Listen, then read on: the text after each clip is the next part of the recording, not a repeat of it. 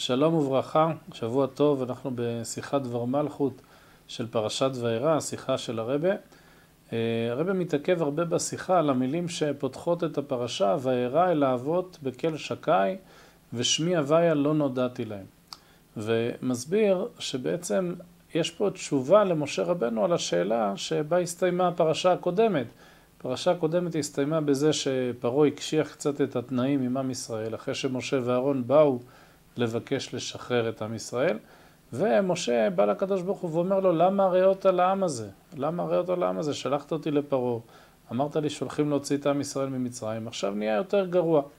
עכשיו זה לא כזה משהו שגרתי, שפתאום יש מישהו שבא לקדוש ברוך הוא בשאלות כאלו.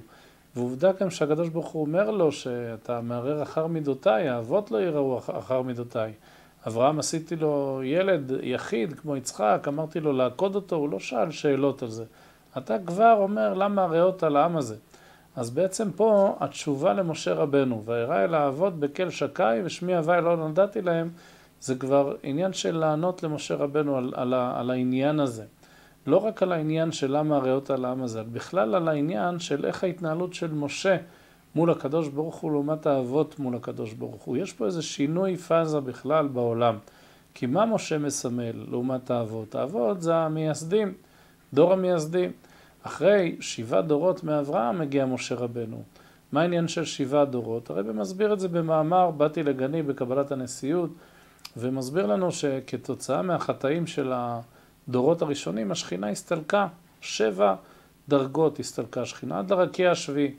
ואז עמדו 7 צדיקים מאברהם אבינו ועד משה רבנו, וכל אחד הוריד את השכינה עוד שלב ועוד שלב לגילוי, עד שמשה זכה להיות שביעי, וכל השביעין חביבין, ומשה זוכה להוריד מרקיע א' לארץ. זאת אומרת, לסיים תהליך שהתחיל אברהם אבינו, תהליך של מתן תורה. משה זוכה להיות זה שעל ידו ניתן את התורה לעם ישראל. איפה אברהם אבינו התחיל את תהליך מתן תורה? מצוות הברית. כל העבודה של אברהם הייתה הרי לגלות אלוקות בעולם.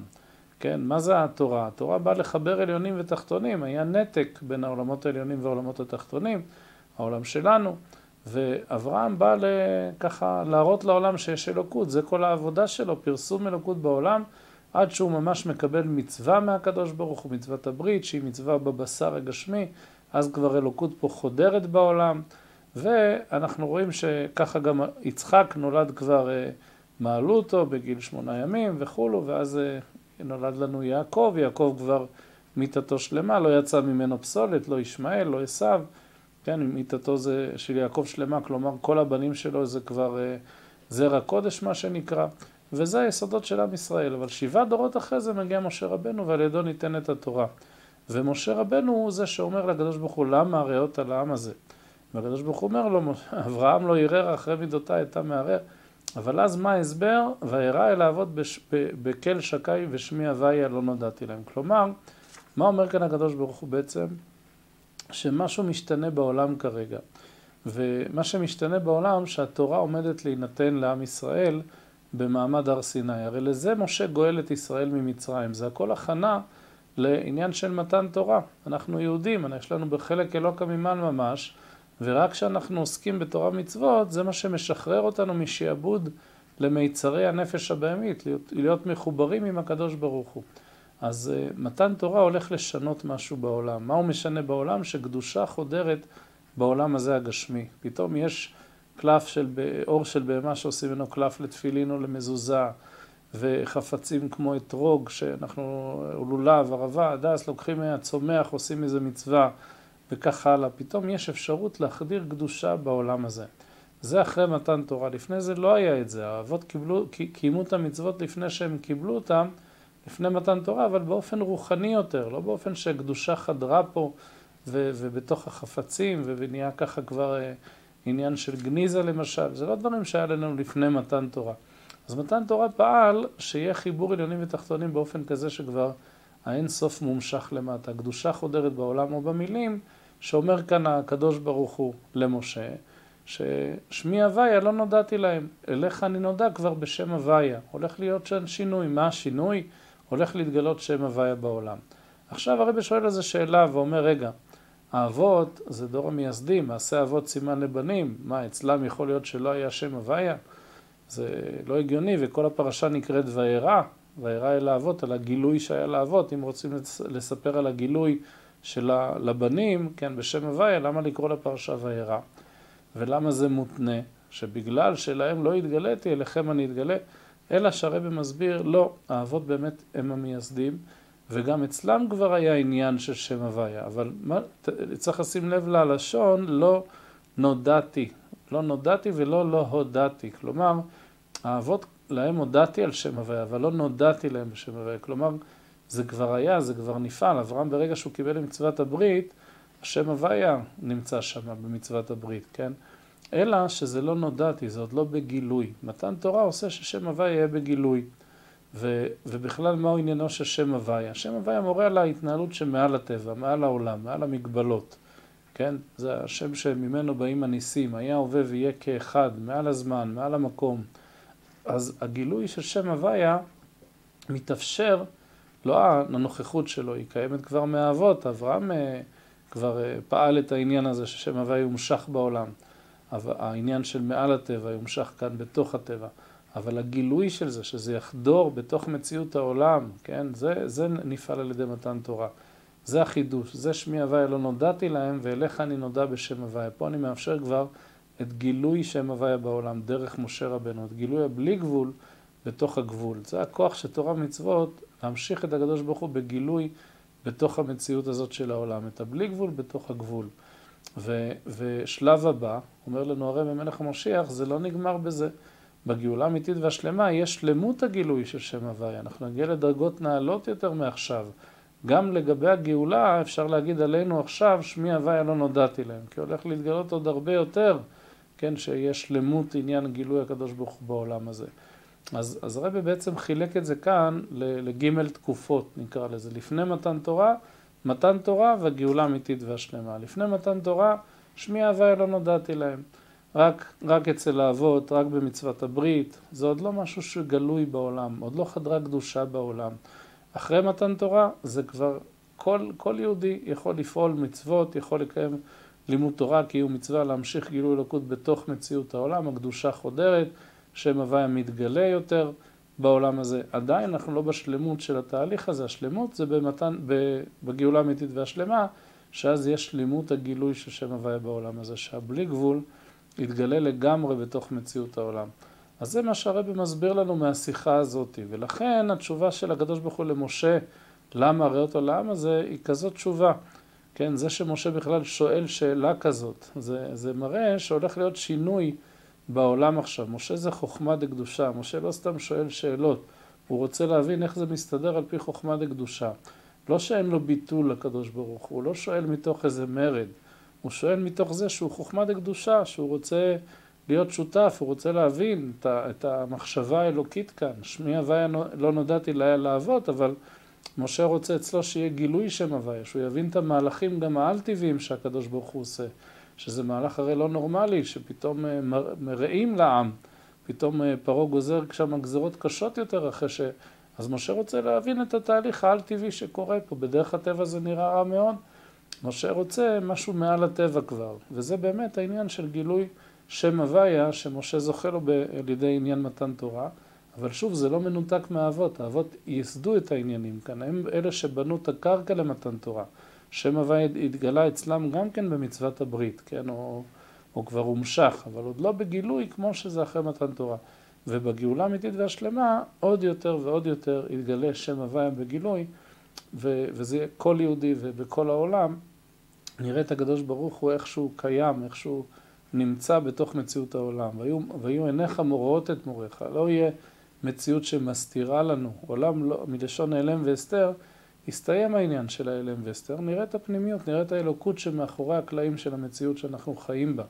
שלמות של גילוי שם הוויה. אז זה בעצם שלושת התקופות שהרבי מדבר עליהן, לפני מתן תורה והגאולה האמיתית והשלמה. הוא מחלק את זה גם לתקופות בנשיאות של הרבי הרייץ, עוד בזמן האבא שלו, ואחר כך בזמן פולין והמעבר לאמריקה, ואחר כך אחרי הסתלקות הרבי הרייץ, בנשיאות של הרבי מלך המשיח, הרבי רואה את זה גם כאחת מהתקופות של הנשיאות של הרבי הריי"צ. כאילו הרבי בטל ונכלל בתקופה האחרונה של נשיאות הרבי הריי"צ. אז הוא מגביל גם כן את שלושת התקופות של הנשיאות שלו לעניין הזה של לפני מתן תורה, שנדרש מסירות נפש, נדרש לטעת את היסודות, כדי שיהיה המשכה של שם הוויה. אחרי זה יש מתן תורה, יש כבר את הכוחות, כבר מיוסדים, כבר מפיצים את המעיינות, כבר קדושה חודרת בעולם, ויש את העתיד לבוא, את הגאולה האמיתית והשלמה, את ימות המשיח, את הזמן שכבר יש שלמות, גילוי שם הוויה. זה מה שהרבי מדבר איתנו בשיחה השבועית. אם ניקח את הדברים לחיים שלנו, איך ניקח את הדברים האלה לחיים שלנו? אז נסתכל גם כן, גם בנו יש את שלושת השלבים של לפני מתן תורה, של מתן תורה ושל הגאולה האמיתית והשלמה. על מה אנחנו מדברים כאן? יש זמנים שנדרש מאיתנו מסירות נפש, שלא רואים אלוקות, שחושך, שקשה, שצריך כאן ככה, כמו אבות, להיות מייסדים, להתחיל משהו, לבנות משהו, לייסד משהו. כל דבר חדש שעושים מרגישים את זה, שמייסדים עסק או שיעור חדש, או איזשהו עניין, או שליחות, או בית חב"ד, או כל אחד מה שהוא רוצה לפעול, איזשהו עניין חדש. יש את המייסדים, את דור המייסדים, את המסירות נפש הראשונית שנדרשת כדי שזה ייפתח, כן? שאז אין הרבה גילוי אלוקות. יש את עצם העניין, אבל זה עוד לא חדר, זה עוד לא בגילוי, זה עוד לא בתוך מציאות העולם כמו שרוצים שזה יהיה. אחר כך איזשהו שלב, פתאום הקדוש ברוך הוא מרפא. אחרי שעושים הרבה מסירות נפש, אז זה כבר מתחיל להיות משהו שריר וקיים, אז הקדוש ברוך הוא יותר מרפא, ואז בא השלב השני של מתן תורה, של חיבור עליונים ותחתונים, שכן יש חדירה כבר של קדושה, שכן כבר הדברים מתחילים ככה לזרום יותר, יש גילוי אלוקות יותר, רואים את הניסים, רואים את ההשגחות הפרטיות יותר, יש כבר משהו שנבנה, שכבר עובד, שחי, ויש את השלב היותר מתקדם, שזה הגאולה האמיתית והשלמה, שכבר רואים שלמות של הגילוי, שזה כבר שלבת עולה מעליה, זה כבר תוסס, זה כבר משהו שמתקדם ומתפתח לבד, אפילו ככה בכוח האלוקי שיש בתוכו. זה כבר שלב יותר מתקדם. אז זה ככה קצת אפשר לקחת את זה לחיים שלנו, שבאמת יש לנו תקופות של מסירות נפש ואלם והסתר, אבל יש את הנקודה, את הבסיס. ויש תקופות של עבודה של שגרה, של גילוי אלוקות בעולם, של השליחות שלנו, של הפעולה שלנו בתוך העולם.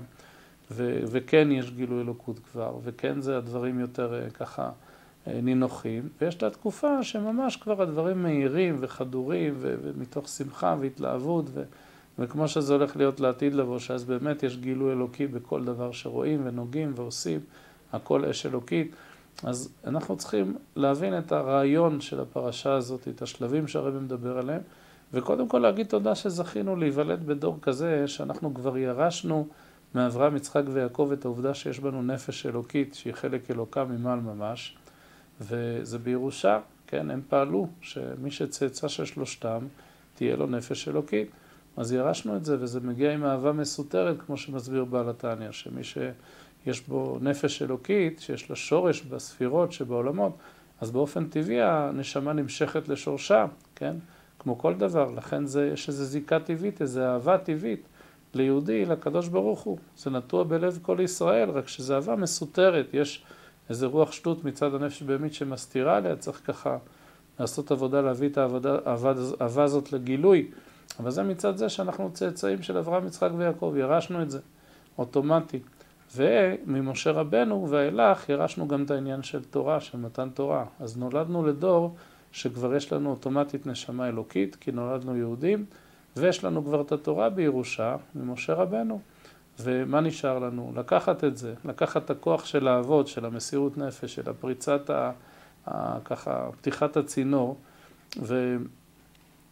ושיש כבר את כל היסוד שם. אחר כך לקחת את הכוח של משה רבנו, של מתן תורה, שכבר אנחנו לא צריכים לעשות משהו חדש, לא צריכים לייצר, לא צריכים לגרום למתן תורה כמו דור האבות. אנחנו עכשיו כבר אחרי מתן תורה, יש לנו את הכוח לשמור תורה ומצוות, לגלות אלוקות על ידי זה בעולם, להכניס קדושה בעולם, להשתמש בדבר הנפלא הזה שנקרא תורה, כדי להתחבר עם הבורא, עם הבלי גבול, ובסופו של דבר לגלות ממש את הקדוש ברוך הוא שבתורה. הרי התורה היא משל הקדמוני, משל על קדמונו של עולם, על הקדוש ברוך הוא. אז מה יש בעומק של העומק של העומק של התורה? את הקדוש ברוך הוא. אנא נפשי כתביתי אבית, ראשי תיבות אנוכי, אני את נפשי כתבתי ונתתי. התורה אורייתא וקודשא בריך כול אחד. אז דרך התורה אפשר להתאחד עם הקדוש ברוך הוא, אפשר להתאחד עם הבלי גבול. אפשר להביא את העצם לגילוי בעולם הזה, את עצמות ומהות הבורא לגילוי בעולם הזה, דרך זה שמתאחדים איתו על ידי לימוד תורה. אז אנחנו זכינו להיות דור כזה, צריך להגיד תודה, זכינו להיות דור שיש לו כבר נשמה אלוקית, כבר את התורה וכבר את היכולת להביא את הדברים כבר לשלב השלישי. יש בנו את הכוח גם של אבותינו, של מסירות הנפש ופתיחת הצינור, והיסוד של שם הוויה. יש בנו גם את הכוח של מתן תורה, של חיבור עליונים תחתונים, שמירת תורה מצוות, וכבר שגילוי יותר ככה בכל דבר, בכל מקום של שם הוויה, של גילוי אלוקות. ויש בנו גם את הכוח כבר לגלות את עצמות ומהות הבורא בעולם, להתאחד איתו דרך התורה, וכבר לא לראות המציאות הזאת כמשהו שמעלים ומסתיר על אלוקות. אז זה ככה נקודות עיקריות מתוך השיחה השבועית שהרבא מדבר, שיחת הדבר מלכות. בעזרת השם שנזכה ליישם, שנזכה לראות בגלוי את שם הוויה, את הדרגה שהיא מעל הטבע, בתוך הטבע, שמאפשרת בכלל את החיבור עליונים ותחתונים. ולזכור שאנחנו יהודים, יהודי לא שייך לטבע הרגיל של העולם, יש דומם, צומח, חי, מדבר, ויש יהודי. יהודי הוא לא חלק מהמציאות של העולם, המציאות היא חלק ממנו. הוא כתוב שהקדוש ברוך הוא נמלך בנשמותיהם של צדיקים, האם לברוא את העולם הזה בכלל, כן? מי זה הצדיקים? זה עם ישראל, עמך כולם צדיקים. הוא התייעץ איתנו, הקדוש ברוך הוא, אם בכלל לעשות את כל הסיפור הזה, עולם, עם האלם ואסתר, לשלוח אותנו לכאן, לתת לנו תורה מצוות, להטיל עלינו את השליחות, להביא את הגאולה, ואנחנו הסכמנו, אנחנו עשינו איתו איזה חוזה על הדבר הזה. אז אנחנו לא חלק מהמציאות הזאת, המציאות היא חלק מאיתנו. אנחנו פה יחד עם הקדוש ברוך הוא בשליחות הזאת, בתוך מציאות העולם. ולכן נתנו לנו את התורה בשביל הגשמת הייעוד הזה. ולכן יש בנו את הכוח של המייסדים, אברהם, יצחק ויעקב, של משה רבנו, של עניין מתן תורה, ואת הכוח של מלך המשיח, שהוא זה שבעצם גואל אותנו בגאולה האמיתית והשלמה בקרוב ממש, ומביא אותנו לשלב האחרון כבר, ששם הוויה בגילוי, בכל מקום, בכל זמן, בכל עניין. וזה קורה דרכנו, דרך עם ישראל. אנחנו השליחים לעשות את הדבר הזה. צריכים כמובן להיות מקושרים לנשיא הדור, למשה שבדור, לרבי מלך המשיח, שיעזור לנו, יראה לנו איך לעשות את התהליך הזה. אבל בעצם זה הכיוון, זה העניין, ובעזרת השם זה גם התשובה למשה רבנו, כן? ששמי הוויה לא נודעתי להם, יש עכשיו שינוי בגילוי, אתה צודק, אתה רוצה לראות את המהלכים האלוקיים, גם אנחנו כבר רוצים לראות, מספיק, אנחנו עברנו כל כך הרבה דינים ודברים בתור עם ישראל, בתוך העולם הזה, רוצים כבר להגיע לשלב שיורידו לנו את התריסים מהעיניים, שנראה את המציאות האלוקית האמיתית, שנהיה עמוק בתוך הגאולה האמיתית והשלמה, שיומתקו כל הדינים ובחסד וברחמים, וכולם יחזרו בתשובה ויהיו מחוברים באמת לאמת האלוקית, ולא לכל מיני שקרים שמראים בעולם ובתקשורת והגויים וכולו וכולו. אין לאף אחד כוח עלינו, אנחנו ישירות מול הקדוש ברוך הוא, ככה תמיד היה, ככה תמיד יהיה, ככה צריך לראות את העניינים. אין לנו על מי להישען, אלא על אבינו שבשמיים, לא על טראמפ ולא על ביידן ולא על כל מיני הבטחות ופוליטיקה וכל מיני שטויות, רק על הקדוש ברוך הוא ועל הרבי מלך המשיח, שזה הנציג האמיתי שלו בעולם הזה, שבקרוב במילא ישלוט בכל העולם הזה, ינהל את כל מה שקורה במציאות הזאת. הרי בסופו של דבר כל העמים התבטלו למלך המשיח, מה שישאר מהם התבטלו למלך המשיח. עם ישראל יתגלה הפנימיות שלו, העוצמה שלו, המשמעות שלו. יש כאלה שכבר קלטו את זה בעולם אפילו, יש כאלה שלא קלטו. קיצור, זה השיחה, זה הנקודות שיש בשיחה הזאת. שיהיה לנו שבוע טוב, תודה שהקשבתם, שהוא בשורות טובות. כל טוב, ברכה והצלחה, ובעזרת השם אני מקדיש את השיעור לרפואתי. אני אחרי, זה כבר ככה כמה ימים אחרי שחרור מאשפוז, עם איזה שושנה, לא הכי סימפטית ברגל. בעזרת השם שיהיה רפואה שלמה ומהירה, ובתוך שאר חולי ישראל, כל מי שצריך רפואה וכל ישועה שהיא, שהקדוש ברוך הוא ייתן, מידו הפתוחה, הקדושה, הרחבה, הקדושה והמלאה. אז זהו, שיהיה לנו גאולה אמיתית והשלמה תכף ומיד ממש. תודה שהקשבתם, בשורות טובות ושבוע טוב.